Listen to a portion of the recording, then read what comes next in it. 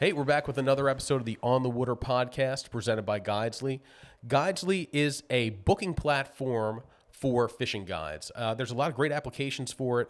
One of the ones I'm excited about is when I go on those family trips where it's not exactly a fishing trip, but I've got a day free to fish. I can pop on the Guidesly app, see who's available on the day that I'm free to fish, check out some reviews, some photographs, and then book my trip all in one place on the app or at guidesly.com. Welcome to the second episode of the On the Water podcast. I'm Jimmy Fee. I've got Kevin Blinkoff here. And, this week we're going to be talking to Andy Nabreski. But before we get to that, we wanted to check in and say this is the part of the podcast where we're going to be answering reader questions. As it's just our second episode, we don't have any reader, well, actually probably listener questions. We don't have any of those just yet. But if you do have a question, whether it's how to fish for something, a question for our guests, if you have some feedback, good or bad, we'd love to hear it. You can send that to feedback@onthewater.com. And there are no bad questions, no dumb questions, any level, basic, intro, expert, try to stump us, whatever you want to ask. You can either do a voice memo and send that in to feedback@onthewater.com or just send a regular email. And again, we'll take any question. We'll do our best to answer it. Yeah, and one thing I'm excited about this little intro section is this is where we kind of get to talk about what we're fishing for right now around the office. And as it's mid-May right now, this is the time of year where I always go on kind of I don't know what to call it. It's like a quest, but usually some people have success at their quests where I'm looking for weak fish right now. And weak fish... More of a fool's errand than a quest? Some might call it that. Some might call it a fool's errand. But weak fish are one of my absolute favorite fish to catch. And Kevin caught his first. I was there when he caught his first a couple years ago, and I talked them up. I spoke so highly of this fish, and I could tell when you caught it that you didn't quite get it. I was very excited about finally catching a weak fish, about actually seeing one and being able to kind of check that off. But as far as the fight itself, the reason I quickly knew it was a weak fish and not a striped bass, which we'd been catching, was because it didn't fight as hard. It just more head shakes, not really running. But I was excited. It was a cool thing to do, and I feel like I checked that off. I would love to catch a big one. Those weren't, very large. They were maybe 20 inches or so. Yeah, those were about 20-inch fish. Good sized ones, but not big ones by any stretch. So this time of year when we start to get striped bass on Cape Cod, I'm more than happy to chase striped bass and try to catch them. They fight well. It's great to have them back. What do you do differently? What makes it a quest for weak fish when you go out? So I don't know if it's because of where I started fishing, if you had to kind of be fishing at a certain time at a certain place to really get this obsessive about weak fish. But in South Jersey in the early 2000s, where I really cut my teeth saltwater fishing, weak fish were more popular than striped bass. And a lot of the reason was in South Jersey, in those back bays, for the most part, you had a better shot at hooking a bigger weak fish than you did a big striped bass. I mean, you would, right now, the same places where you can go and catch a dozen schoolie stripers, you'd sit there and you could catch, 10, 18 to 22-inch weak fish and then have a shot at like a 28 to 32-inch weak fish. They were the prized catch down there then. And the weak fish population kind of did this thing where it was booming then, early 2000s, and then started to taper off. There were fewer but larger weak fish by about 2008, which is when the world record was broken. Rich Swistak, who's a friend of ours, we've done some filming with him in the past. He guided a client to a 19-pound, 12-ounce weak fish, I think, something around those sizes. And that was caught from the beach, right? I mean, that was... So, yeah, he was chunking from the beach. He was going for weak fish. He dialed in kind of a weak fish chunk bite where there was some very large weak fish going up around northern New Jersey, so Raritan Bay, Jamaica Bay, and Staten Island. There were some very large weak fish that would move in following the bunker schools then, and a few guys had this chunk bite dialed in for them. They knew the nickname for a big weak fish is a tide runner, and they earned that nickname because they are very kind of tide specific to when they're going to move through an area. So, just going back to where I was in South Jersey, you would sit there and we would line up in Townsend's Inlet, and you would have 24, 25 guys all on the line, and you'd fish the outgoing tide, and it would be all bluefish. You'd be catching 2 to 3 pound bluefish. You'd be going through a whole pack of soft plastics, and then for 20 minutes, you would have your shot at the weak fish moving through, the big tide runners. And you'd see it. You'd see some guy down the line, his rod would double over, would start screaming. A big weak fish is a great fighter. I would say pound for pound, a weak fish is every bit as strong as a striped bass. And it's a very different fight, too.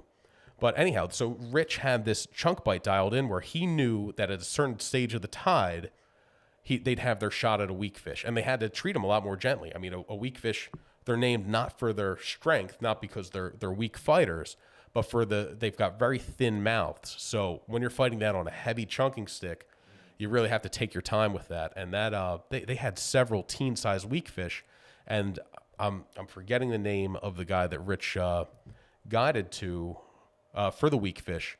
But remember that he was really excited. His client was a little less excited. And if you want to, clearly thrilled with the catch, but in order to submit a world record, you have to belong to the IAGFA. You've got to submit all this paperwork. And I remember Rich saying that he had to kind of keep the heat on his client to get that done so they could get it approved as the new world record. And that was 2008. And since then, the weak fish population's really it's declined. And one of the reasons they pointed to, we ran a story, do you remember why weak fish numbers haven't been able to recover? And they think that it's actually bottlenose dolphins. Really? That's a big part of it. So we've gone really restrictive on weak fish regulations. At one time, you could keep 14 fish over 14 inches, which is a heck of a lot of weak fish. And you would see guys who would keep them, 14, 20-inch weak fishes. Seems wasteful by any stretch of the imagination. It went down to one fish where it currently is right now. And so it's really not recreational fishermen that are putting the pressure on these fish, keeping the numbers low. And they did some studies, and they think that where weak fish winter over in the, out in the mid-Atlantic, off Delaware, off southern New Jersey, same place where bottlenose dolphins, also spend the winter, and they think that they prey on them so heavily that the weak fish haven't been able to recover. That's been kind of I think Willie Goldsmith wrote that story for us, and he called it the bottlenose bottleneck. So more of a natural mortality issue, and that could be a number of things, but bottlenose dolphins, interesting to think of them as causing that much predation, since you don't see them up around here, but down there that could be enough to really affect the population. Yeah, I would see them all the time off Cape May, off the jetties there, and off South Jersey. You see bottlenose dolphins a lot, and sometimes they'd shut down the bite, they'd come through, and they would scatter the weak fish or scatter the kingfish, whatever you're targeting in the surf. I think that's also a convenient scapegoat too. I think that because there's nothing you can do about that. You can say, well, it's the bottlenose dolphins, so... Yeah, anytime you can blame marine mammals, they're easy scapegoats. But what's interesting also with weak fish is they seem to have a real kind of a boom bust in reproduction. And we have seen occasionally these flashes, even in just the past 10 years. There'll be a year that we'll see what looks to be like a boom of smaller weak fish. Like we were telling that story about the first time I caught a weak fish when you found them on Cape Cod, and they were pretty consistent. It seemed like there were good numbers of them in certain spots. And there was this hope of they'll come back bigger next year, and that hasn't been the case. And I think that's probably, like you're saying, a natural mortality issue where, yes, we'll get some big year classes and a lot of weak fish, but they just can't survive and get to those big sizes that you remember as a boy down in New Jersey. Yeah, I thought that was 2013 we had that great year, and I thought, man, there were so many of them, and they weren't, it's not as if they were only big ones, so you would think they'd age out of the population. They were those 18, 22 inches for the most part. And I thought every year we're going to be able to find these fish. And after that, it never really happened. But we have seen it happen a couple places since. Narragansett Bay had a great run of weak fish last year. Connecticut's had pretty steady runs for the last couple years. And Long Island has really been good. The North Shore of Long Island, you see a lot of boats that are targeting porgies this time of year. They're catching plenty of weak fish. So it's headed in the right direction in a lot of places. But no matter what, even when the weak fish population's in great shape, we're at the northern end of their range here on Cape Cod, so it's always going to be a bit of a fool's errand to chase them. But before, so I'm going to jump in here with here's our first question. It's coming from me. How do you fish for weak fish? What are you doing technique-wise, lure-wise? How is it different than striper fishing? So weak fish, you do have to be a little bit more, I think, dialed into your or paying attention to your presentation for weak fish more so than striped bass. I think stay glued to the bottom. All the time, I'm targeting them most of the time with jigs. Now they will hit plugs, mirror lures. They'll hit the small Yozori Mag Darter, small SP Minnow. But by far the most effective weak fish lure is a jig. And in order to get that to work, you want that jig contacting bottom. So I like to have the jig in free fall, and I want to hear it or feel it hit bottom before I give it the next sweep. With striped bass, that's not really the case. I'm not always trying to hit the bottom with stripers. Sometimes I'm just trying to get it to flutter just above it. But in my experience, weak fish like a lure that's in free fall, right on the bottom. And if you're not touching the bottom, then I think you're really reducing your chances of catching one. That first one we caught that year, because somebody put a report on Facebook, said they were out looking for holdovers, got a ton of weak fish, and you said, okay, I know a good holdover spot. Let's go take a look there. If nothing else, we'll catch some stripers. And we went there twice and only caught striped bass. And then the third time, which was going to be my last time, hadn't done anything. We didn't even have any bass. And I was just kind of dragging the small 4-inch Ronzi along the bottom. We were in our kayaks, and the weak fish came by and picked it up. And it was the only one we caught that night.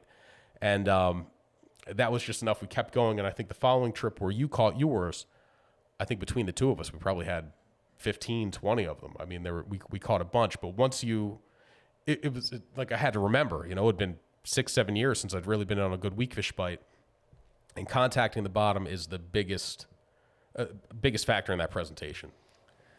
Although, quick story here, there was one time, I think it was just last year, was it, that you left we live in the same neighborhood basically on Cape Cod, and you left and drove maybe an hour plus to go hunt for weak fish, one of your quests.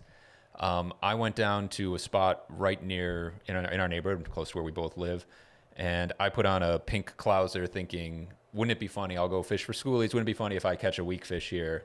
Just can show it to Jimmy. I did not catch a weak fish, but there was someone fishing next to me who had a freshwater setup and I think it was a crawdad colored rattle trap.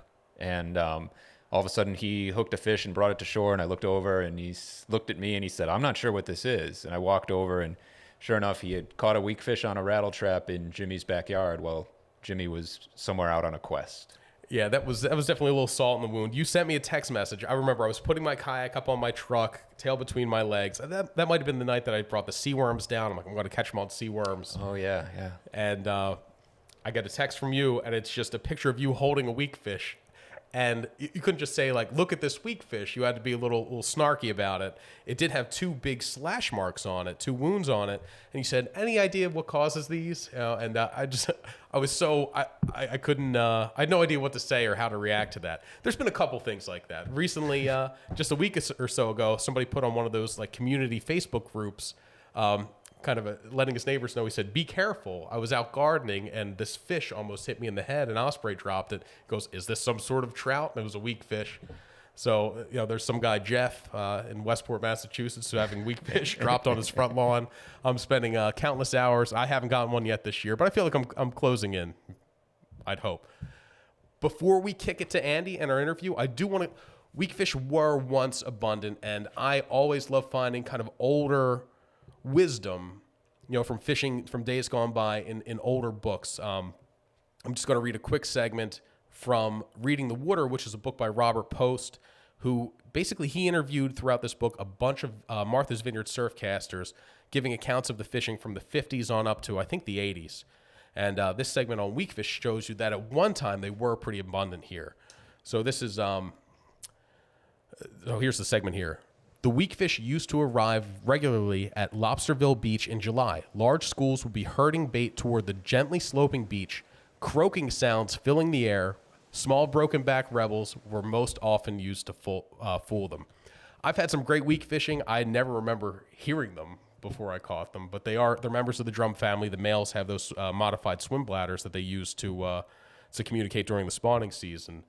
But I don't know if there's a little bit of hyperbole there, but at some time there was enough weak fish that guys were catching them blitzing on Lobsterville Beach on the Vineyard, and I'm hoping someday we'll get back to that.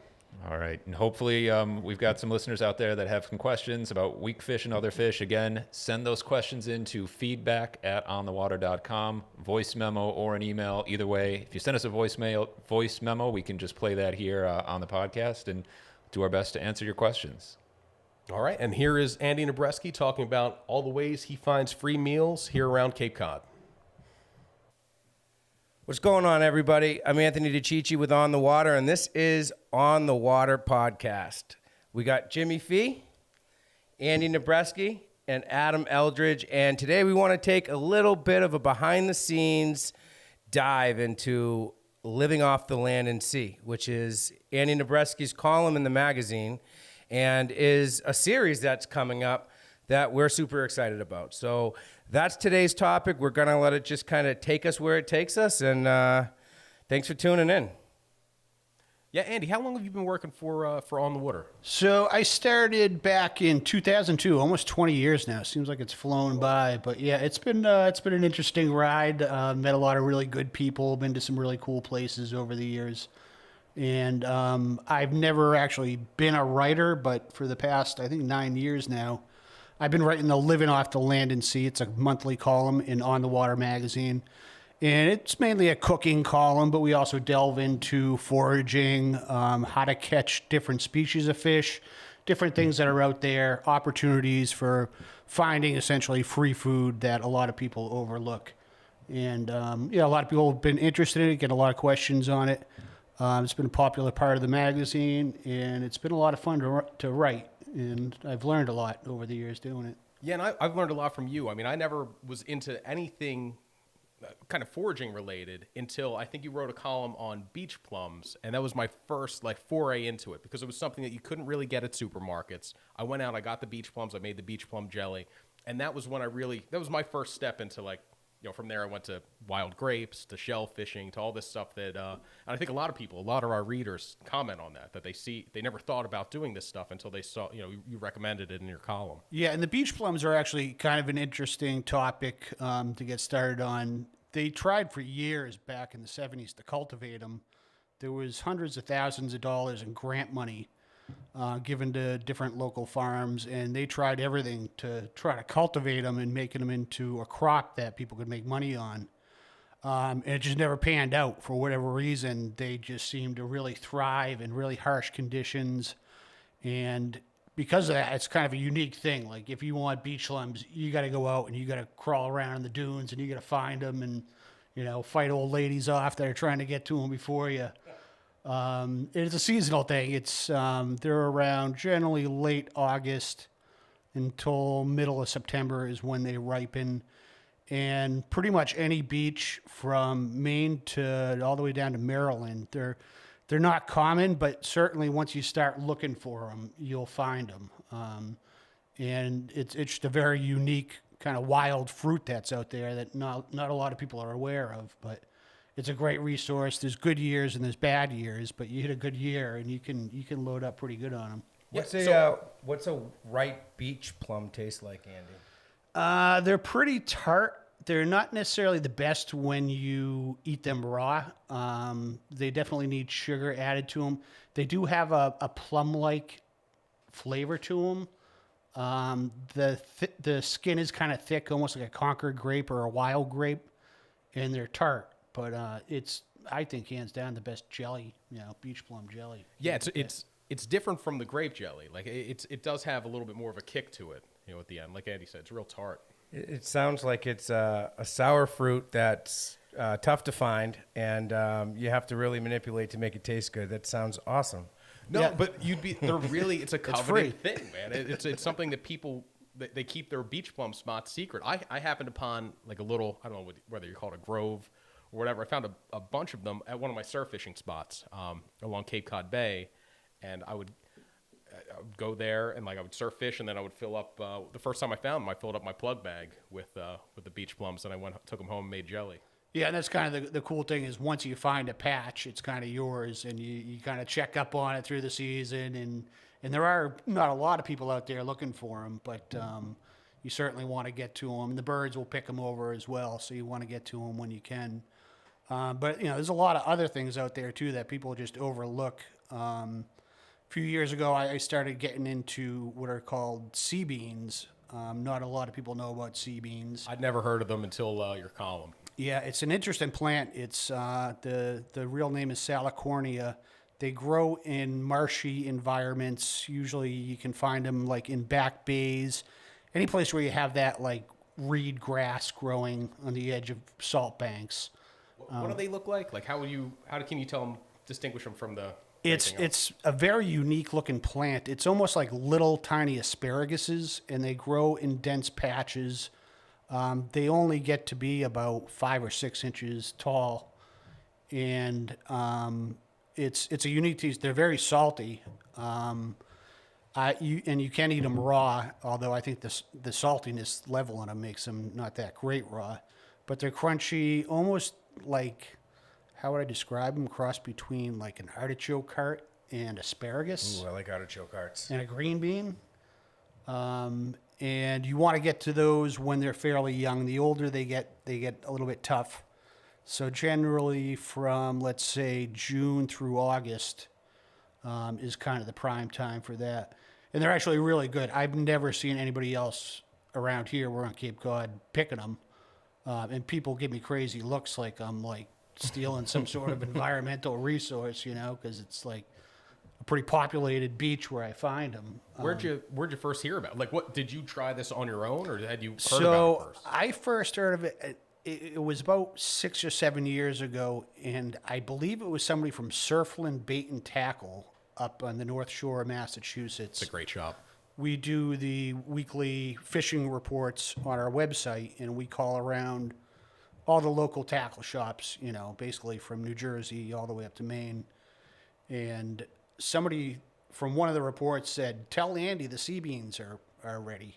And I'm like, what the hell is a sea bean?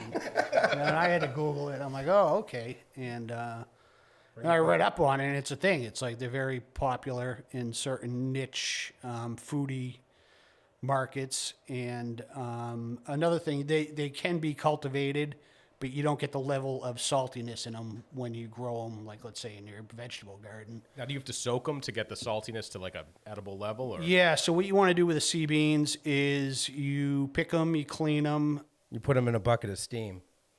Yeah, you boil them for probably 4 to 5 minutes, change the water, boil them for another minute or two. And then I just like to make a salad with them. So I just dress them with a vinaigrette, add a few other vegetables. And they're really good. It's definitely like a salty, really crunchy, kind of like I said, a cross between asparagus and artichoke hearts and a green bean. And they're free and they're everywhere, but you got to look for them. It's like you would never know they're there if you're not looking for them. But it's the type of thing, I imagine it's kind of like the beach plums or the wild grapes was one for me where my whole life never knew these things existed. And then all of a sudden, like once you know what to look for, you see them all different places. Yeah, yep. And another thing that I've been getting into, and I'm still by no means an expert on it, is the wild mushrooms. And those are a lot of fun. And for whatever reason, a lot of people just have this insane fear of like, you eat a wild mushroom, you're going to die, and it's like, it's not that complicated. And I'd say 90% of the mushrooms that grow wild are, they're not going to kill you, and there are a few certainly that can do some harm, but it's really not that hard once you kind of get a framework for what to look for. What are some of the more coveted ones, like in the coastal Northeast? So we would call like the really good ones, we call the choice edibles. My favorite is probably the chanterelle. They usually come up in mid-July through August. Generally find them in grassy areas. They're a bright yellow color. They do not have gills underneath the cap, which is what you want to avoid with wild mushrooms. Stay away from anything that has gills like a white button mushroom would have underneath. These have distinct ridges, and they're really good. It's a real nice flavor, mild, slightly sweet. They're one of my favorites. The chicken of the woods is another very common one. Usually start finding those in September, and they only grow in oak trees, and it's like a cluster-like shelf that grows on the tree. No known like poisonous lookalikes at all. Very safe one. There's the hen of the woods. There's the black trumpets, oyster mushrooms. There's quite a few out there that are really good. And once again, it's like the sea beans and the beach ones. Once you find a patch, they're going to be there every year at the same time. And you start kind of getting dialed in on when and where to go look, and you'll certainly find them. Now, the one I always hear about is morels. Do we have them on Cape Cod? Like, I know. Yeah, I found one once, and it was actually right outside our office here at On the Water in the mulch, and that was in May. It was like middle of May, and Val, our office manager, said, "There's some weird mushrooms that are growing out in the mulch out there." I'm like, "All right, I'll go check it out." And I was like, "Whoa, those are morels." These things go for like $50 a pound. Oh yeah. And that's the only time I found him. I keep checking the mulch every year, and it hasn't come back yet. So I think I plundered him too much. I should have left a couple there to spawn and get a little garden going. Adam, I see you nodding with the mushroom talk. You do your good fair share of foraging. Have you ever done it before? Yeah, so I went to school up in Vermont, and there was a guy who I happened to work with, and he was that's what he did for work, was forage for mushrooms. So went up with him, kind of went out, and he'd show me kind of what he was looking for. And it was, we just sold all of them by the pound there, and it just blew my mind how much people Big spend. mushroom fans Yeah. in Vermont. Yeah, so it's always good to try other things and learn kind of about what's like right in your own backyard, you know? So Adam was, like, as much as Andy introduced me to the beach plums, wild grapes was Adam. Like, we were on a shoot on the Cape Cod Canal in like late September, maybe early October, and the fishing was slow. And all of a sudden, I saw Adam. He was like, you were like real. I saw you real interested with something like up by past the bike path there on the canal, and then I saw you pop something in your mouth. I was like, what the hell are you eating, dude? And you showed me like a little patch of wild grapes. And, I know that's something that you Wild look for grapes every are year. cool. We used to eat them a bunch as a kid. We Yep. used to have pea pod fights. They might have been sea beans for all I know. I grew up on a peninsula, so maybe we were pelting each other with sea beans.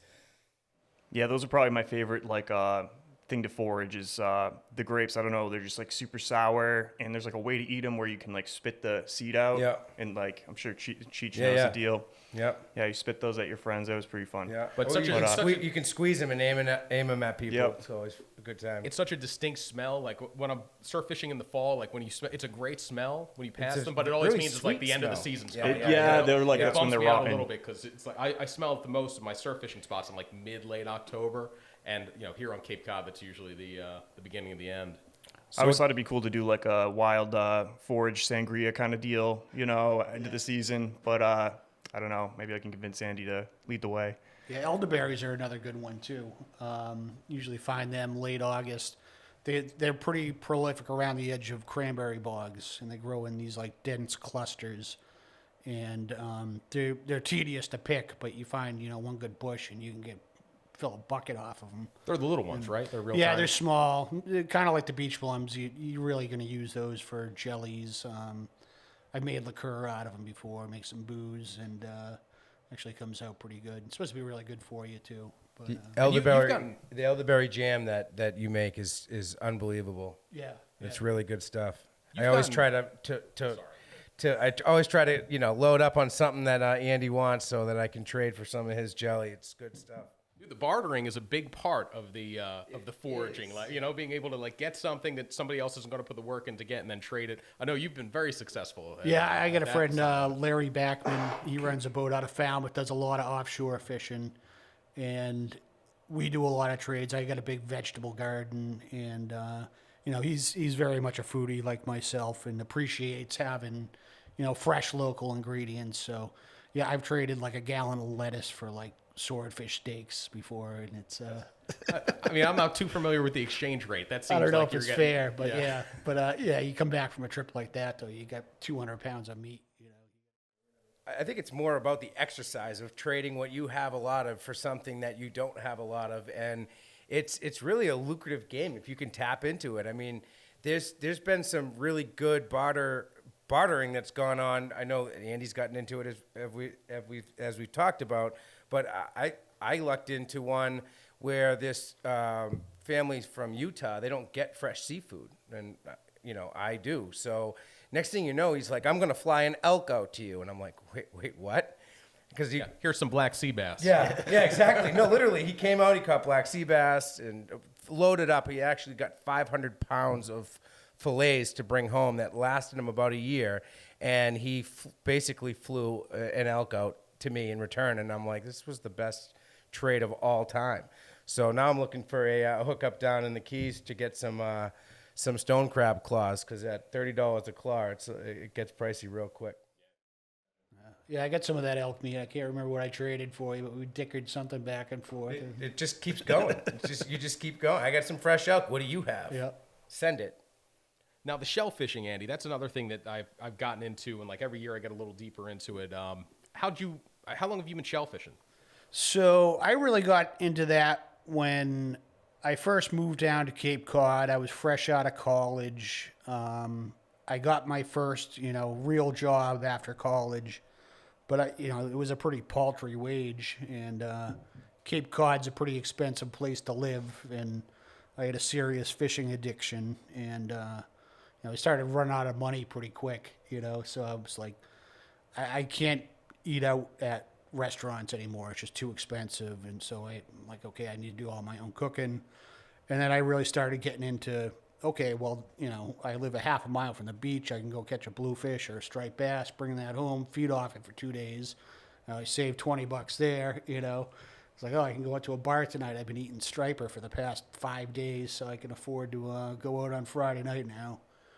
And, then that first winter came around. I'm like, all right, the fish are gone. I'm like, I'm not eating the stinking largemouth bass out of the pond. Oh. So I started seeing people clamming, and I'm like, okay, all right, I see what's going on here. So I went to the local tackle shop, Eastman's Bait and Tackle, and the guy there, Jim Young, the manager, great guy. I started picking his brain, and I'm like, Jim, how do you dig quahogs? And he just looked at me and he's like, if you can dig a hole, you can dig a quahog. He's like, you need a rake and you need a basket and you just need to go out there and dig them up. They're everywhere. And I'm like, all right. He's like, just don't buy one of those crappy rakes. He's like, get the good one for $100. It'll last you, 20 years. So I took Big Jim's advice and I got my nice clam rake and I got my basket and went out there. And it's like, holy moly, these things are everywhere. I'm like, you couldn't, you drag the rake, 5 feet, you're coming up with 10 quahogs. So then I started eating quahogs every day and making, I'm like, all right, what can you do with quahogs? So I learned how to make a chowder, and then, you learn all the different things and the subtle ways. But I just really enjoyed it. It's a great excuse to get out in the off seasons, especially the fall, right through the winter. When there's really not much else to do outside. But I still do a ton of shellfish, and we're lucky where we live in this town. The resources are incredible. Yeah, the shellfishing permits go by, at least in Massachusetts, they go by town? Yeah, it's town by town in Massachusetts. Rhode Island, it is a statewide. It varies. But whatever it costs for the permit, it's like, you're stupid not to do it if you enjoy eating seafood. Yes, $20 in Falmouth? Yeah, I think it's gone up to $35 for a resident permit. You go out in one trip and you make that back. They're selling little necks at the store for like $8 a pound right now. I'm like, Jesus, I'm never gonna pay for a clam. Are you kidding me? And then so I started to learn more about it, and there was a book that used to be out. We used to sell it On the Water. It was called The Complete Clammer. And it was like this little kind of honky-tonk book that, basically told you, this is how you get a steamer. This is how you get an oyster. So then the next thing I got into was the steamers, which I love steamers. I can eat 5 pounds of those things in a sitting. And there's 2 ways to get steamers. You can either dry dig in the sand at low tide, and it's pretty easy to find them. They leave a little distinct hole in the sand, and you look for a concentration in those little holes, and you just start digging. I wear gloves, obviously, because you never know what's going to be down there. But another thing I started seeing people doing around here was they had these big toilet plungers, and it was like a 6-foot pole with a big-ass toilet plunger on one end and like a round basket with mesh on the other. And I'm like, what are these guys doing with these toilet plungers? So I was out quahogging, and I kind of snuggled up next to one of them. The guy had a big basket of steamers, and I'm like, oh, okay, I see what's going on here. So I went back to see Big Jim at Eastman's and bought myself the toilet plunger, and I've been doing that ever since. And it's people, like, when you do it in the summer and the tourists see you do it, they're just mortified. They're like, what could he possibly be doing with a giant toilet plunger? Plunging a giant toilet. Yeah, but when properly employed, a toilet plunger can be a weapon of mass destruction on steamers, and it's Yeah, so the idea is, like, the steamers are also called soft shell clams, and so they've got a really fragile shell, And if you were going to try to rake them, right, you'd most Yeah, likely you'd break the smash them shells. up if you tried to get them with a traditional rake. So with the plunger, essentially what you do, and you can do it on any tide, which is nice. Doesn't have to be low tide. So you walk out into maybe a foot of water, look for concentrations of holes, and then you take the plunger, which is attached to like a 6-foot pole, and you just start whacking the bottom, and it'll blow all the mud out and start forming like a crater. And once you get down about 8 or 10 inches, you flip the whole contraption around. It's got the basket on the other end, and you just kind of sift through the debris. And, you know, the propulsion from the toilet plunger just flushes them out, and they fall into the bottom of the hole, and you just scoop them right up. But it's a good workout, but it's definitely an effective way to clean up on steamers. Who thought of that? Like, Yeah, I who, always who wondered thought that. of that? Yeah. It's crazy. I've tried it. It's not as easy as it sounds. Like you said, it is a Oh, good it's work. workout. Yeah, you get a workout doing that. I've gotten soft shell clams dry digging for them. I've gotten one with the plunger. Yeah, so I far, remember so- that. I was with you. It was pretty sad. Digging them by hand is a shoulder workout for sure. Just for the record, that was not my prime spot. Why would you take? Why would you take a guy like Jimmy Fee to your prime? Yeah, that's shell fishing is just like regular fishing, where it's like, you know, you work hard to find a good spot. You keep your mouth shut about it. You're not. Probably even more so because if you take good care of that spot, like that is somewhere. It's almost like tending a field. You know, you Yeah. can keep going back to that area time after time. The fish move. The clams aren't moving all that much, with the exception of bay scallops, I guess. Yeah, the bay scallops do move.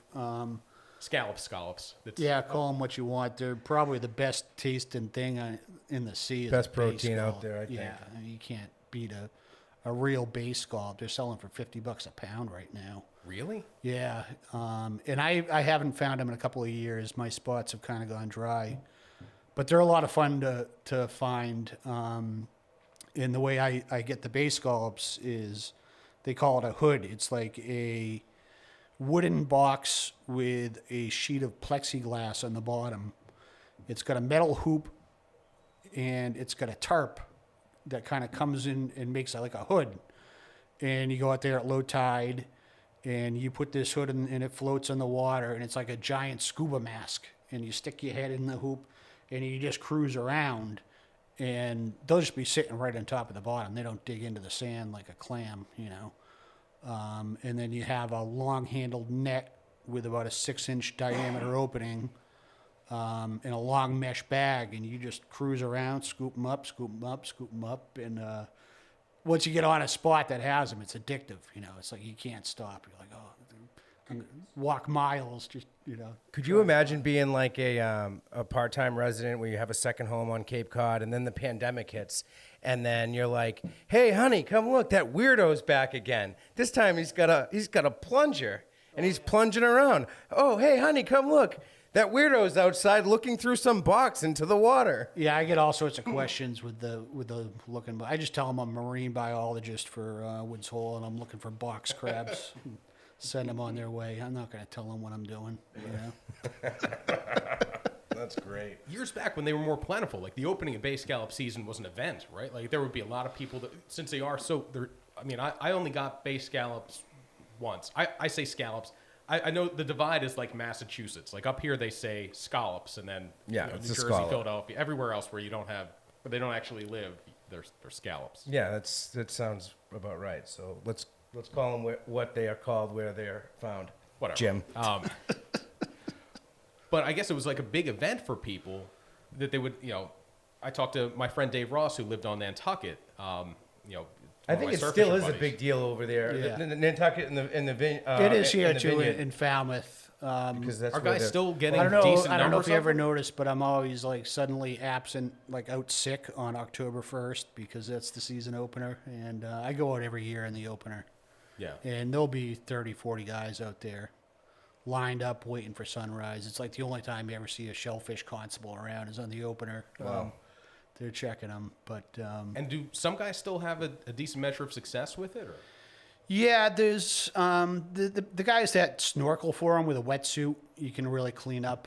I have done that a few times. I just recently bought a wetsuit, but it's just a lot more work to get suited up and everything. And I like just going out in my waders and the looking box and when you have a good year, that's certainly all you need to be able to find them. Is there a reason for the decline? It's not over harvest. Is it more environmental? They've always been cyclical, as far as I remember, going back the past 20, 25 years. There's good years and there's bad years. And it just seems like, for whatever reason, around here, there's been more bad years recently. But, they're still doing very well in other places. We're seeing places like Westport, Massachusetts. They've had some bumper crops over there the past couple of years. So I think it's just a matter of waiting it out. And certainly they've taken a hit. They primarily live in areas with eelgrass, and the eelgrass is taking a beating from nitrogen runoff from people, essentially. So there's not as many as there historically were, but you're still on a good year. You can expect to get your limit, on a good day. And the other way that you gather the scallops was after after a wash, after a big storm. And that's the only time I ever got them. Is you had a day where they were so plentiful, there were so many washed up onto the beach after a big storm. You said, I've gotten as many as I could take. Like, you guys, birds are going to eat the rest. You guys get Yeah, I went down there. It takes a really certain conditions for this to happen, and I haven't hit one of these in quite a while either, but I've hit a couple of jackpots over the years. But you get a real strong, let's say 30 to 40 knot wind, and it's got to go for 2, maybe 3 days. And if it happens on a moon tide, it's like, get down to the beach first thing in the morning and start looking. And yeah, that year I came home I filled 2 garbage bags in the matter of, it couldn't have been 50 minutes. And it was miserable. The wind was howling, and it was like I was getting sandblasted. I had ski goggles on. I'm like down there. I looked like a total weirdo. Hey, honey, look, that weirdo's back with ski goggles and trash bags picking up rocks. There's something wrong with this guy. Yeah, some lady asked me, like, what are you getting down there, seashells? I'm like, yeah, I sell them to the craft trade. I get good money for the shells. And I'm like, put one bag in my truck, get another trash bag, run back down there. But I hauled in, it was something like 680 bay scallops from that one storm. And I left, the place was still packed, but I'm like, I got to shuck all these things. And I was shucking those things all night. I got a video of it somewhere. Yep. But it must have taken me probably a good 4 hours to get through that 670. But I ended up with like 7 pounds of bay scallops. And I was eating those things breakfast, lunch, and dinner because they're so damn good. That was the lesson I learned then, because the back end of it, because you told us, Chris Megan and I, publisher of On the Water, went down, and we filled, we might have filled a trash bag. Now it was all legal, because once they're above the tide line, it's finders keepers. They're going to die anyway. Nobody's going to give you a hard time. I've asked the shellfish warden about it, and he's like, yeah, I do that too. I go down there. He's like, no size limit, no bag limit when they're washed up on the beach. Just they're all going to go to waste. But I actually ate so many bay scallops that year in like one consecutive week that I woke up in the middle of the night, and it felt like my big toe had a vice grip on it, and I was just in severe pain, and I had no idea what caused it. And I'm like, what the hell happened to my big toe? It wasn't swollen, it wasn't red or anything, but it hurt like the dickens. I'm like, was I sleepwalking, and did I stub my toe? Like, what the hell happened to my toe? I'm like, this is really weird. And I went a day, and then finally the next day, it was, it wasn't getting any better. I'm like, I got to go see a doctor, somebody smarter than myself, to try to figure out what's going on here.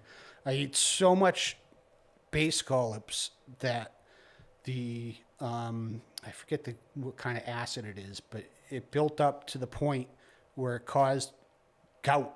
And I'm like, gout? How can it be gout? I'm like, I'm not old enough to have that. That's like an old man thing. It's like what Kings got, because they didn't move. Yeah. So they gave me like these little blue pills, and I ate like 2 of them, and I was fine. And it hasn't happened since. But yeah, I guess that's the seafood gluttony story. Sometimes. I remember that. It's an aspirational thing for me, like to be able to forge to that point that I could make myself physically ill. Yeah. I'd still starve. I'm still shellfish. I actually got the mercury poison in too a few years ago from.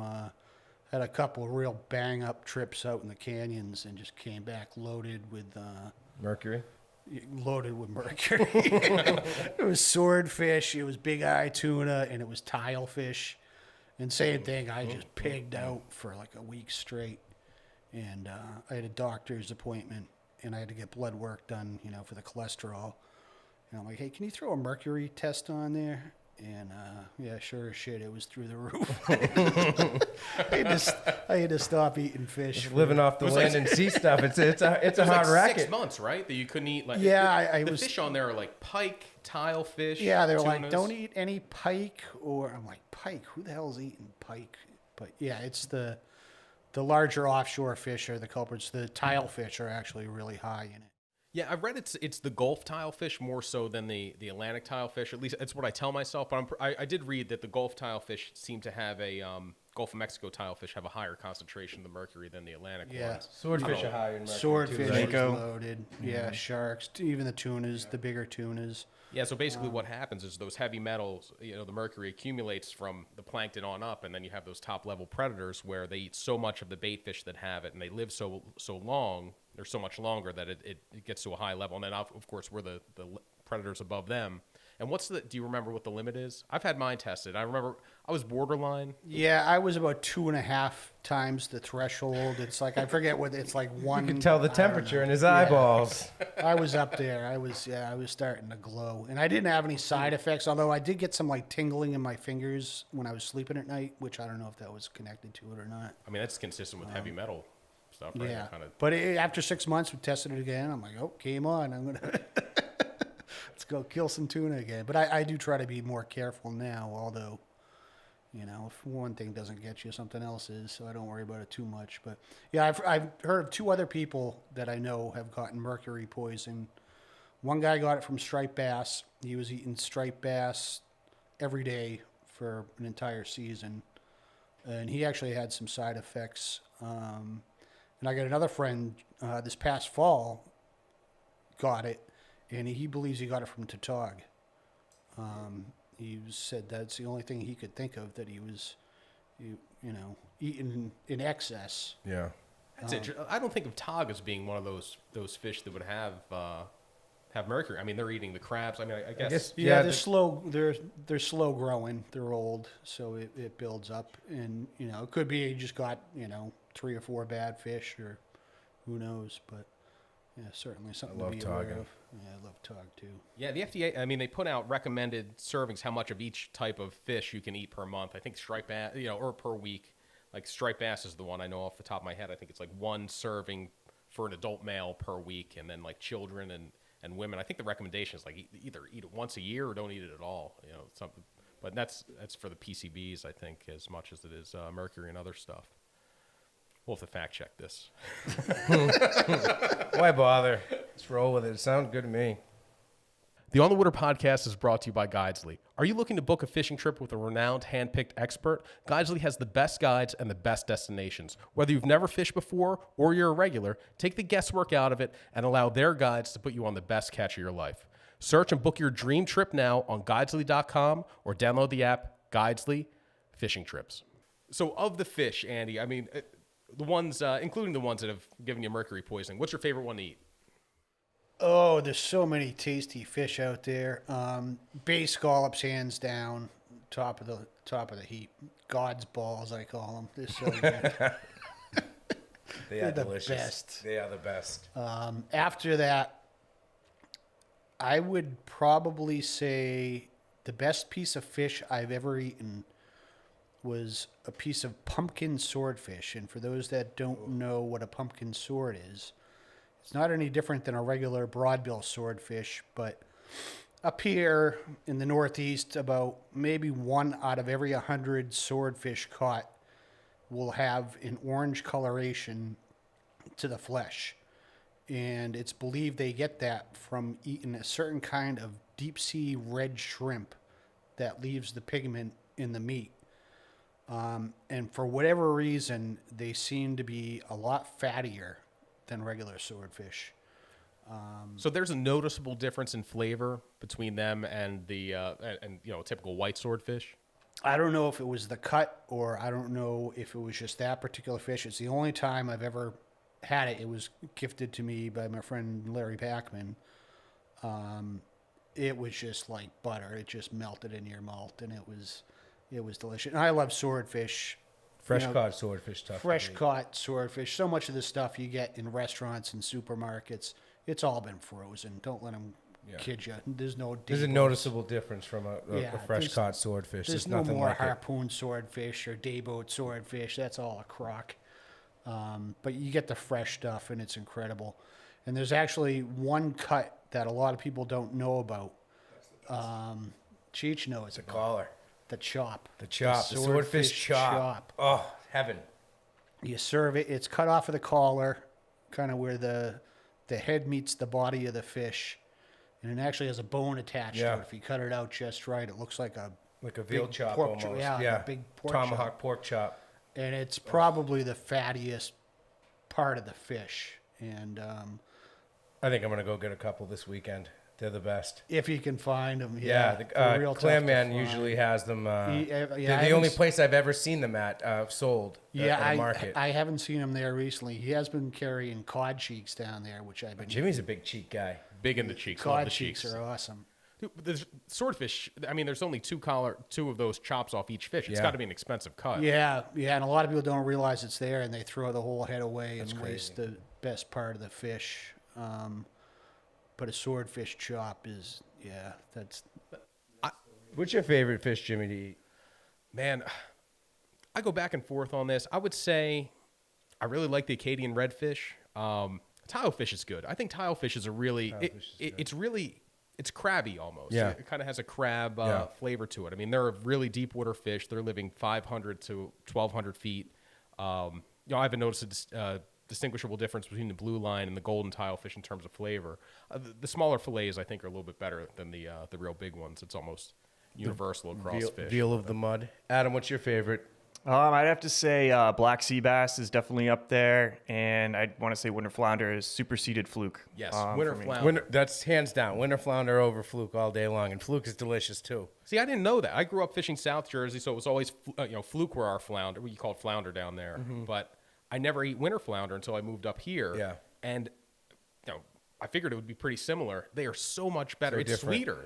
They're way better. It's a finer flake Yeah. on it. Yeah, it's Winter flounder is fantastic. a lot of people are crazy about fluke. That's kind of at the lower end of my list. Yeah, I'd rank it below sea bass. I'd rank it below Yeah, tog. yeah. I mean, I eat it and I enjoy it, but tilefish is my number two. It's a fish a lot of people don't even know about. They live on the edge of the continental shelf in about 500 to 800 feet of water, and they live in these colonies where they dig burrows into the mud. And once one digs out its little house, it pretty much stays there its whole life. So you get on one of these colonies and you can pick them off pretty quick. And they kind of look like a grouper. They're kind of unique looking. I don't know how to describe them, but the meat is like it's similar in like texture to cod, where it's like big flakes, but it's firmer and it's real fatty. It's almost buttery, and then it's got that essence of lobster to it. Yeah. where If you overcook it just a little bit, it kind of like this. Am I eating a lobster? So tilefish is my number two. I love tile. A surprising one for me was we just filmed an episode of Living Off the Land and Sea, the series version of what Andy does, and it was the first one was on white perch, and Andy made some black and white perch sliders, and I was lucky enough to tag along to get some free food out of that deal, and it was a real surprise that when I first tasted white perch, it reminded me a lot of winter flounder. I mean, I thought maybe it was just because the fillet was small, but it really had a similar texture and a similar taste that brought me right to winter flounder. And next thing you know, I'm like, oh, I gotta go catch some of these. I things know for the everybody's series. fishing Seriously, there, yeah. throwing them all back. I'm like, keep throwing them back, because that's like my winter stockpile for fresh fillets when there's nothing else to catch. But white perch caught out of brackish water are really good. I don't think I'd put them in my top 10, but you know, for that time of year when there's nothing else available. It is. They're there in February and March when, I mean, that's usually when my chest freezer, what's in there, my vacuum packed stuff from the fall, I run out of it then. And Yeah, it's like my little honey hole. It's like you go hit the Your white bridge to the fresh seafood. They're perfect for the fish tacos too, because Yeah. like one fillet is like the perfect size for a taco. What makes a great fish taco, Andy? I do two different styles on the tacos. It depends on the fish. I either do them breaded and fried, which gives it a nice crunchiness to the fish, or I do it like the Chef Prudhomme blackened style, where you dip the fish in melted butter and then you put it in the spice blend, and then you blast it in a searing hot pan for just like a minute on each side. That makes a good fish taco. I've also been making my own tortillas, Yeah. which is not that hard. No, you put me once onto you get that. The press, yeah. you get the little, I went and got a press. little I was, press playing the mariachi. and it just it Loving puts them it. over the top. It yeah. really does make a huge difference. Nice, Fresh tortillas fresh. are great. corn, right? It's got to be corn for fish I'm, tacos. I'm a flour. I actually go 50-50 Yeah. on my fish tacos when I make it myself. Half flour, half corn. I like that kind of blend. And you get the bag of masa, which is the corn flour, Yep. and then just regular flour, and it's just water and some salt is really all you need to make a tortilla. It's incredible how easy they are to make once you have the press, and it is a total game changer. It takes making tacos at home to the next level. Yeah. Good stuff. It's like I need to go buy something else. That's the thing. I talk about Andy. He talks so, either in his column or just around the office. He boosts up the seafood so much. I bought a deep fryer because of you. I all my shell fishing equipment. Like I get so excited about the stuff, and then He might cost us the most money in this place, but quietly. Like you and I get into it with like these high-end swim baits and stuff, and it's like, oh my God, what are we spending so much money on this stuff? But Andy in the background just floats these little things out there, and next thing you know, I have a meat slicer. I have, because he's making pork strami or some crazy concoction. Then I'm like, wow, that was so good. I got to do that. swordfish bacon. Yeah, exactly. Yeah, the swordfish bacon, or actually the tuna toro bacon is worth mentioning. That's something I came up with last year, and I've been probably the past 5 or 6 years. I've been getting into curing meats. Making my own bacon. Me and Cheech bought a pig, and we butchered the whole pig up, and That was wild. we made our own bacon. And we just had St. Patty's Day. I made my own corned beef, and all those things use what's called Prague powder, sometimes called pink salt, which should not be confused with Himalayan pink salt, which is just overpriced salt. But the Prague powder has nitrates in it, and it's used to preserve foods, but it's also what gives things like ham. They put it in hot dogs. They put it in bologna. They put it in corned beef, pastrami. That's all based on curing the meat in a solution that has this Prague powder in it. And last summer, I got this beautiful piece of big eye toro. It was a massive fish. It was like a 240-pound big eye we got out in the canyons. And the toro meat, it looked like pork belly to me. I'm like, geez, it's like an inch and a half thick. And I'm like, this stuff is beautiful. I'm like, what if I took that toro and I cured it like I cure my pork belly for bacon? And I said, what the hell? I'm going to give it a try. I read up on it. I'd never heard of anybody. I couldn't find any information on people using nitrates to cure fish. So I cured that piece of big eye toro. It was a solution of the nitrates, salt, brown sugar, just like I would do when I'm making bacon. And then I fired up the smoker, and I smoked it until it just hit like 145 degrees. Used apple wood or cherry wood for the smoke source. And then I cut it up, and it was like, it had that pink color like ham has, It like took on that pinkness. I'm like, oh, this is interesting. And then I fried it up, and it tasted like bacon. I'm like, you just made bacon in the sea. That's wild. That's wild. Yeah, that was the first time I ever made bacon, is when we butchered that pig, and we literally split it down the middle and had equal cuts. I did get all Oh, the pig's feet though. That's You got the trotters. Yeah, that's actually the last piece that I have because my grandmother used to make pig's feet in the gravy, in tomato sauce, and it was one of my favorite things that she'd make. But she didn't like making it because she was an immigrant, and you had to throw away the sauce the first time you started cooking it because it would be too gelatinous or something like that. But she would only make it for me, and but she hated to waste that sauce. But it's phenomenal. I haven't done it yet, but I'm gonna try to channel my inner Nani and make the pig's feet like she did. Yeah, I found a pork jowl in the market about a month ago, and I got the guanciale going. I'm on like week 4 now of making this guanciale, which is a cured pork jowl Italian meat. Yeah, that was the Prague powder too. That was the biggest thing that I was looking forward to. I actually didn't use the Prague powder for mine. I went kind of old school Italian and did it with. You basically pack it in the salt, and then you have to, kind of tend to it over, I think it was a couple weeks. And all you do is pour off the liquid, and then you pack it in fresh salt again. And then that's supposed to make it, able to just dry hang. And I didn't time it right. You're supposed to time it in that, February. Low humidity, colder months, and you just hang it in your basement. So the longer you hang it for, the richer that the cured meat gets. So I wanted it to go a long time, and I'm like, wait a minute, I can't make it till like end of August, September, because it gets so humid in my basement. So I actually had it hanging over in the laundry room upstairs, where it's climate controlled, a lot less humidity, and it's literally just a piece of pig face. Strung up over the washer and dryer. And my mother-in-law and my wife that would, use the washer and dryer at the house would always be like, what is going on here? But it was probably the best guanciale I've ever had, to the point where I have one piece left. And I am so reluctant to eat it because I know it's gone. So I'm kind of waiting until we split another pig to break into that last vac sealed pack. Yeah, Now, I was the beneficiary of that last pig where I got its skin. So at the time, I was Uncle Jimmy's pork rinds. You guys spoil me.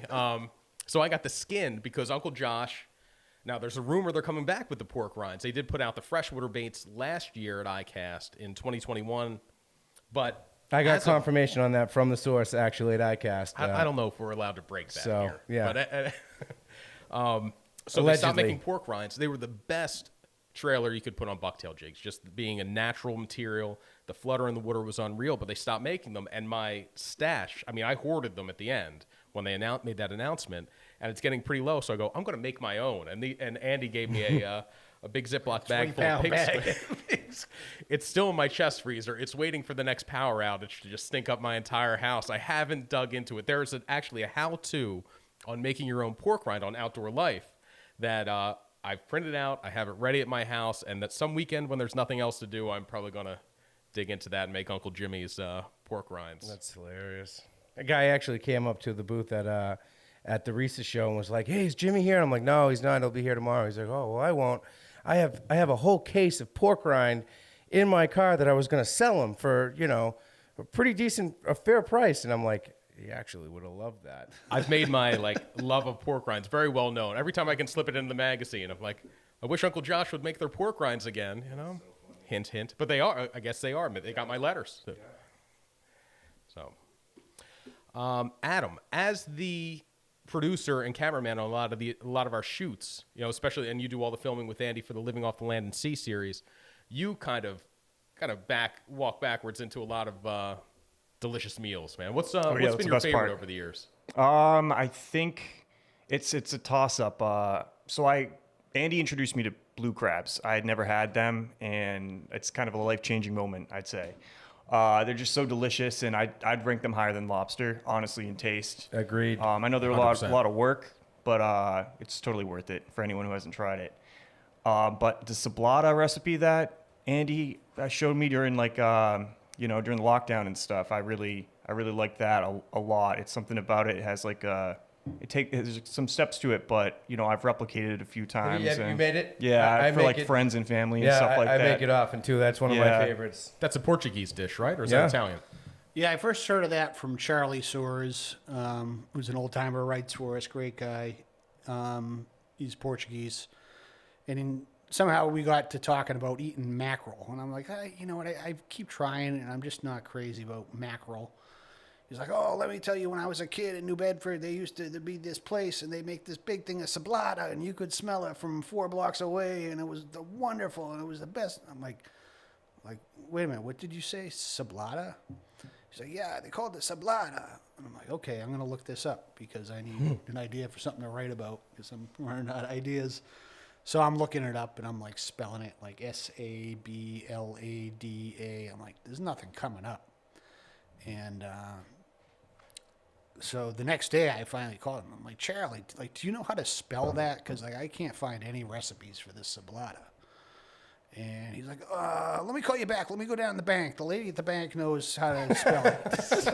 Such a Portuguese old-timer thing New to Bedford, do. yeah. I love it. So the next day he calls me back. He's like, oh, I get the spelling. You never would have guessed it. It's like Cebolada,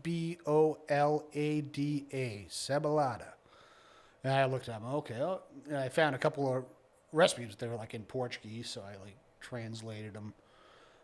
But essentially, it's a light tomato sauce, very heavy on the onions. So you really slow cook down a good amount of white onions, add a little bit of tomato sauce to it, some Portuguese seasoning, some paprika, I forget what they call it, but it's the crushed red pepper sauce that you get from the Portuguese markets. And you kind of simmer the sauce down. And then Samba Olic. That's the same thing. it's similar to that, It's yeah, but it's the Portuguese I use that. variation of I use that in place It's of like that. pomota, pimenta. Yeah. I can't. I do not speak Portuguese. But anyways, it's a hot crushed pepper sauce made from red peppers. And so anyway, you make this sauce and you kind of cook it down, and then you take the fish and just kind of put salt and pepper on it, and put the sauce down, rest the fish in, and then bake it in a hot oven. And it kind of steams the fish and cooks the fish in that sauce, and It's so good. it's really good. It works good with any kind of like mild white fish, like a cod, haddock, white, black sea bass. Tog. To tog, I did it's it with really Tog. good. It was great. Adam, what's the most surprising thing you've ever witnessed following Andy around with a camera? Surprising. I'm trying to think. Just like when we did go crabbing, just all the weird creatures that are out at night. Like we've got all these like needlefish swimming around, and like you just kind of just something about the bump in the night when you're out there searching around. It's kind of mysterious, and you just see weird things. I feel like we saw other strange stuff too. You kind of feel like Jacques Cousteau, like, Yeah. what the heck is that? He's 1,000 like, Leagues "Oh, Under the Sea or whatever it is, it's a right? baby blowfish. But yeah, we should talk a little bit Jules about Verne Cheech. blue crab. Yeah, I'm not very cultured. But no, actually, that made me think. We do want to talk about blue crabs, but what was the exceptional find you stumbled on at night recently out in the Saul Ponds that... Jimmy, you got down on this too. Yeah, actually, I got to give Jimmy credit for that one. But and we'll talk about blue crabs next. But Jimmy was out at night looking for blue crabs. And here in Massachusetts, we can do it at night with a spotlight, which is illegal in some places. Yeah, Rhode Island, you can't do that. But But Massachusetts, you can. they're stupid like a deer in the headlight. You put a spotlight on a blue crab at night, and it just like puts its claws up and it just stares at you. And You go, caught me. "Okay, yep, you're dead. You're dead. You're dead. Get in the bucket." But anyway, Jimmy was out, and you take it from here, Jimmy. Yeah, so I was crabbing, and then I kept seeing these larger shrimp, and I saw one, and I thought it was just a big grass shrimp initially. I'm like, well, that's weird. And I saw another and another, and they were definitely distinct from the grass shrimp because their eyes, I mean, even the grass shrimp, their eyes glow in Yeah. the light, but these were like bright orange orbs, and I would say they were maybe 3 inches long. A big one might have been 4 inches long, and they were all over this little salt pond. And I had to go back home, get a different net with a smaller mesh, and then I was able to, it took 2 nets. I would have to spook the shrimp with my crab net into the fine mesh net I used to catch bait. And I ended up getting, man, it took me a while. It was a big effort to do it, but I probably got a dozen of them. And I threw it out on Instagram. I was like, I caught all these shrimp. What are these shrimp? And somebody goes, oh, they're brown shrimp. I thought they were white shrimp initially. I was trying to make sure they were okay to eat. I don't know why they wouldn't be, but I've never seen big shrimp. Yeah, there's never been shrimp on Cape Cod. It's No, not a not thing. like that. And I ate them, and they were delicious. One thing I will say, it was a lot of work for what was like a $10 appetizer worth of shrimp, but Yeah. it was It was delicious. And then I told Andy about it, and you went out a night or two later and you found them in a different pond. Yeah, and we did pretty well that time. I was by myself, and there was definitely a learning curve. Like, I've never caught a shrimp. I don't know how to. And those little suckers are fast. Fast. They can boogie. But I went out and I probably got 40 of them. And I said, this is amazing. I've never heard of anybody catching big shrimp like this around here. I'm like, this is really odd. And this was like early September at the time. So I contacted one of the marine biologists for the state. And I said, this is weird. I sent him pictures. Like, we think these are brown shrimp, and we're finding them in good numbers. Have you ever heard of anything like this? Because there were too many that it was I knew it wasn't something we'd been overlooking. Because right. they were for the too amount of times obvious. I've been out blue crabbing at night, I would have seen them if they were there. And these were like, it was just a bumper crop. So the next day, the biologist writes back, and he said, yeah, it's interesting. We did a trawl survey last night, and we've been doing these since 1973. And we go out, we drag a net. This was off of Westport in Massachusetts. He said, in one tow, we got like 240 of these brown shrimp. He said, in the history of doing all these for the past 40 years, we've caught one shrimp before. That's and this insane. year, we got like the bumper. So for whatever reason, nobody knows, but they must have got blown in on the currents in the spring. They fed in the back bays and estuaries, same places where you would find blue crabs. And Because fall, it was September when we found them. it was September, and it was amazing. I'm like, I don't know what's going on here, but no size limit, no bag limit. I'm in. I'm going back. The king out of free tomorrow. bounty. And we ended up filming it. We went out and we filmed it. We put a video out.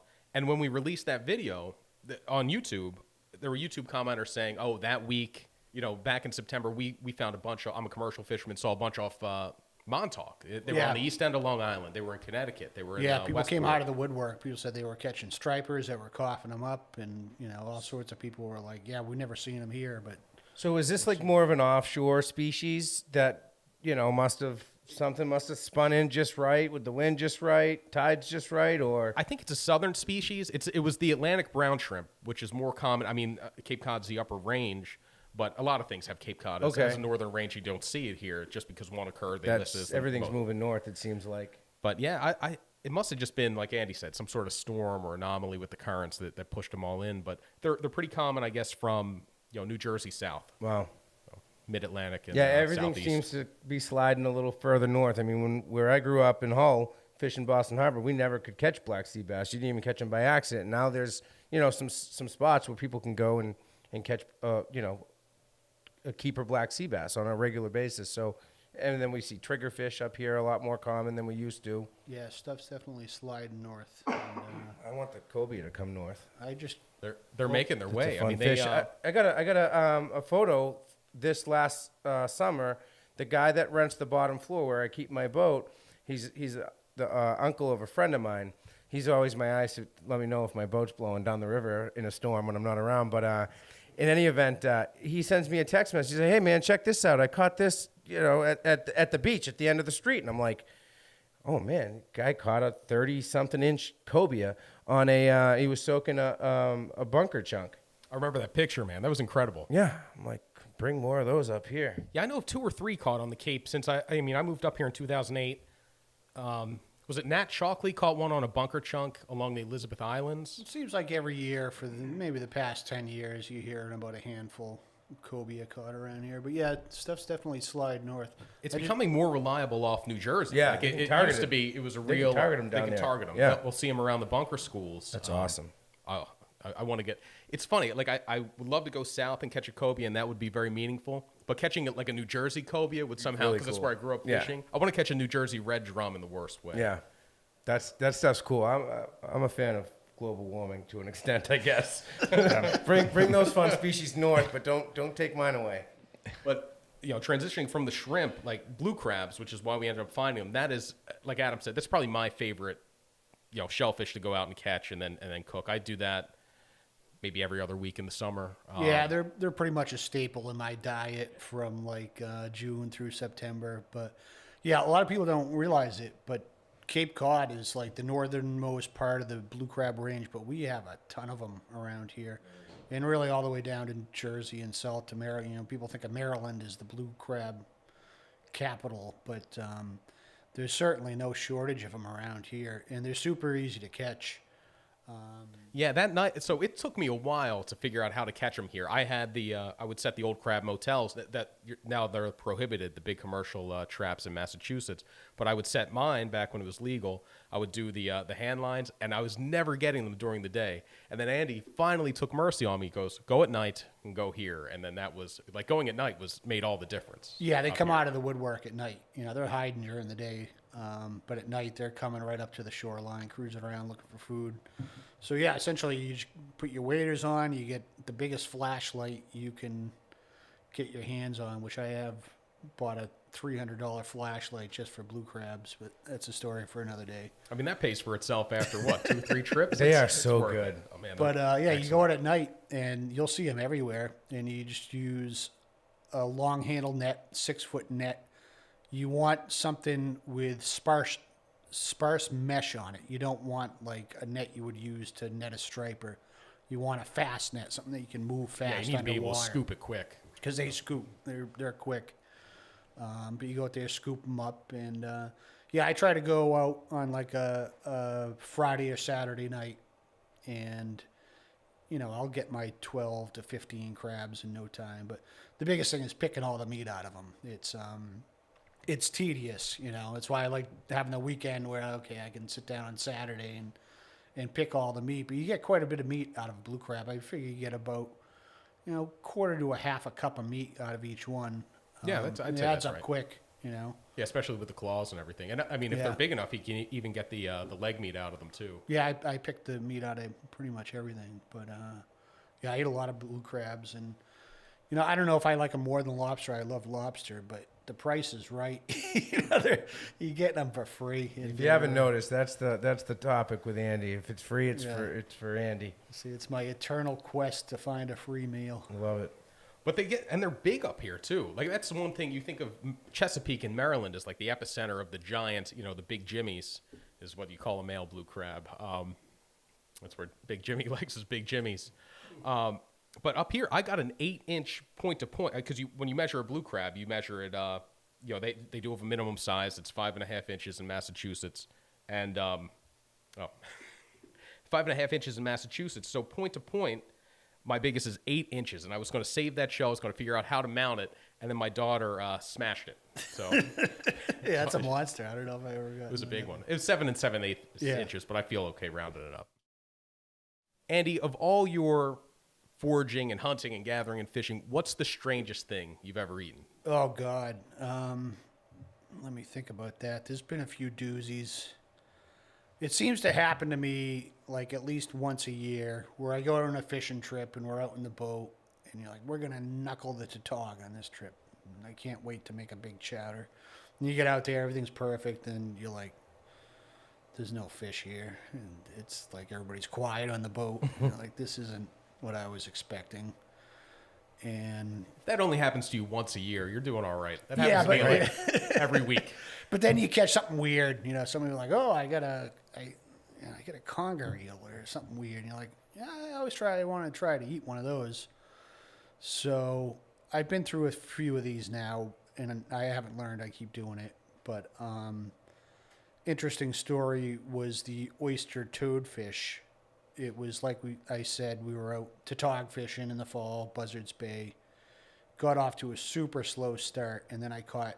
It was probably the world record oyster toadfish. This thing was like, I don't know, it had to have been 3 pounds, which is big for a toy fish, and they're ugly as sin. But I'm looking at it, and I'm like, it kind of looks like a monkfish tail on the end there. Like, I wonder if these things taste like monkfish. So into the cooler it went, and didn't think about it. And then obviously we start bailing tautog, and like I get home, and I'm like, I got a cooler full of tautog.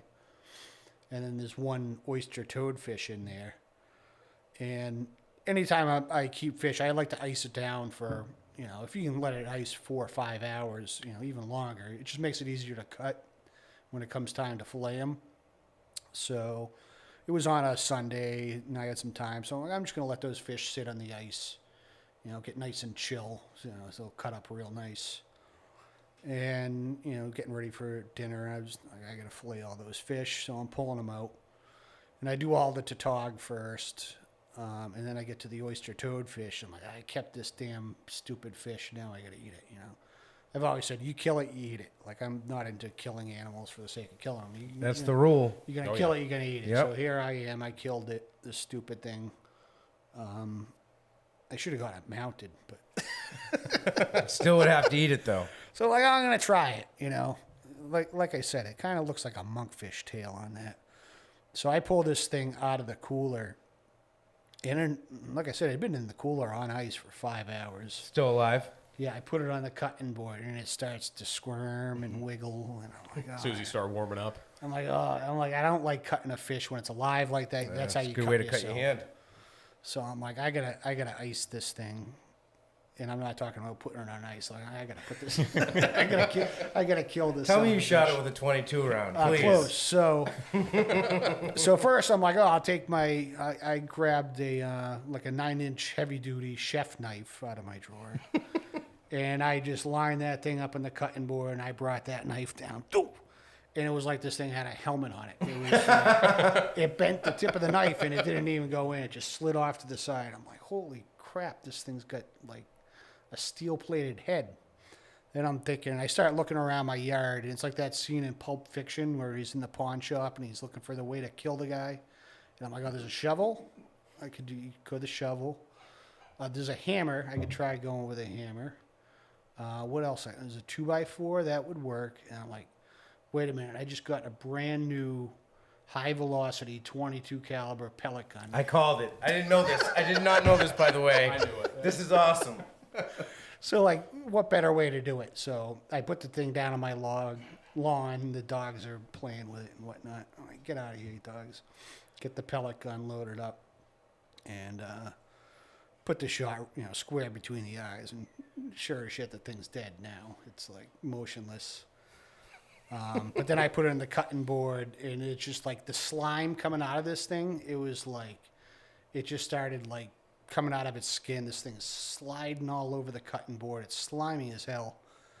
And, it was like a 3-pound fish. And I'm like, I should be able to get a decent fillet off the tail. So I finally get through the skin, which is like tough as leather. And the thing's sliding. I'm going to cut myself. I'm like, take your time.